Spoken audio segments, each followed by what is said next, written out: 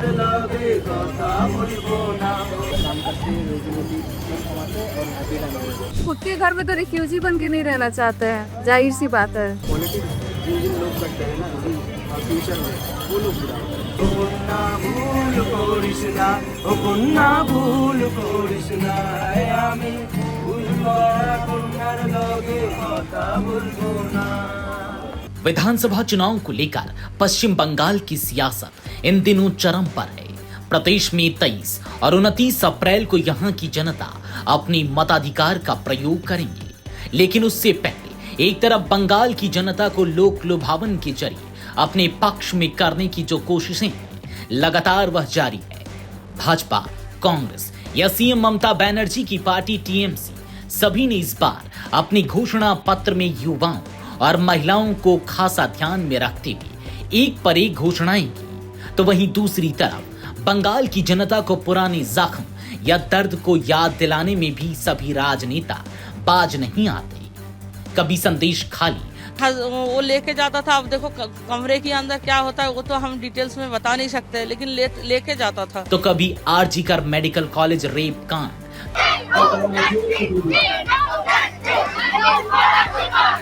तो कभी जलता बंगाल के उन लपटों को जनता के बीच लाने में पीछे नहीं रहते ये राजनीतिक पार्टियों के दिग्गज।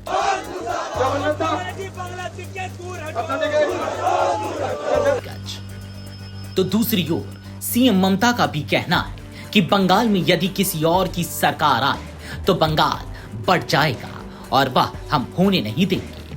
आलम यह है कि पश्चिम बंगाल में अभी भी युवाओं के बीच भय का माहौल है। यहाँ की जनता ये संकोच में है कि आखिर भरोसा करें तो करें किस पर। सभी की जुबान पर एक मिलता जुलता शब्द है, सभी पुराने दर्द को ताजा करके अपने आप को बेहतर बताने में लगे हुए हैं। इन सभी समीकरणों की नब्ज टटोलने जब अमर उजाला पश्चिम बंगाल पहुंचा तो सारी सच्चाई खुद सामने आ गई। आगे की वीडियो में हम आपको कुछ युवाओं की राय भी आपके सामने रखेंगे। तो चलिए, पश्चिम बंगाल के हुगली में जब अमर उजाला पहुंचा तो हमारे वरिष्ठ सहयोगी राजकिशोर ने युवाओं से बातचीत करने की कोशिश की। बातचीत में युवाओं के बीच न केवल डर बल्कि सीएम ममता के खिलाफ गुस्सा भी नेक्स्ट लेवल पर है।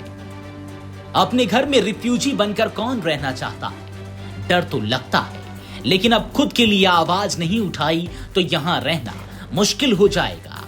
हुगली के चंदनगर में 23 साल की तान्या जब यह बात कहती है तो उसकी आंखों में भविष्य को लेकर अनजाना भय और वर्तमान व्यवस्था के खिलाफ गहरी टीस साफ दिखती है। जरा सुनिए। खुद के घर में तो रिफ्यूजी बन के नहीं रहना चाहते हैं, जाहिर सी बात है। इतना स्ट्रॉन्ग स्टेटमेंट इसलिए दिया मैंने, सर आप तो संदेश खाली के बारे में जानते होंगे, मुर्शिदाबाद का केस के बारे में जानते ही होंगे।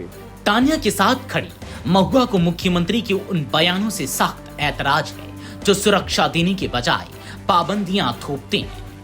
महुआ तल्ख लहजे में पूछती हैं कि हमारे पेरेंट्स हमें नहीं रोकते तो 8 बजे के बाद बाहर न निकलने की सलाह देने वाली सीएम कौन होती है? हमें सलाह नहीं, सुरक्षा चाहिए। बोली थी रात को 8 बजे से कोई लड़की बाहर नहीं जाए। आरजी कर के बाद नहीं, क्यों नहीं करके बाद में था वो लॉ कॉलेज में जो घटना हुई थी दुर्गापुर में, उसके बाद उन्होंने दिया था स्टेट। तो हम ये बोलना चाहेंगे, हम क्यों, बहुत सारी लड़कियां युवा जो है वो ये बोलना चाहेंगे क्यों वो लोग का पढ़ाई लिखाई जो भी है वो लोग नहीं कर सकते क्या? तो आप इस बात से अंदाजा लगा सकते हैं कि प्रदेश में मौजूदा माहौल क्या है। अमर उजाला यही नहीं रुका। दिन ढलने के साथ जब शाम दस्तक देने लगी तो अमर उजाला जा पहुंचा हुगली के घाटों पर, जहां पर युवाओं की टोली गिटार बजा रही है।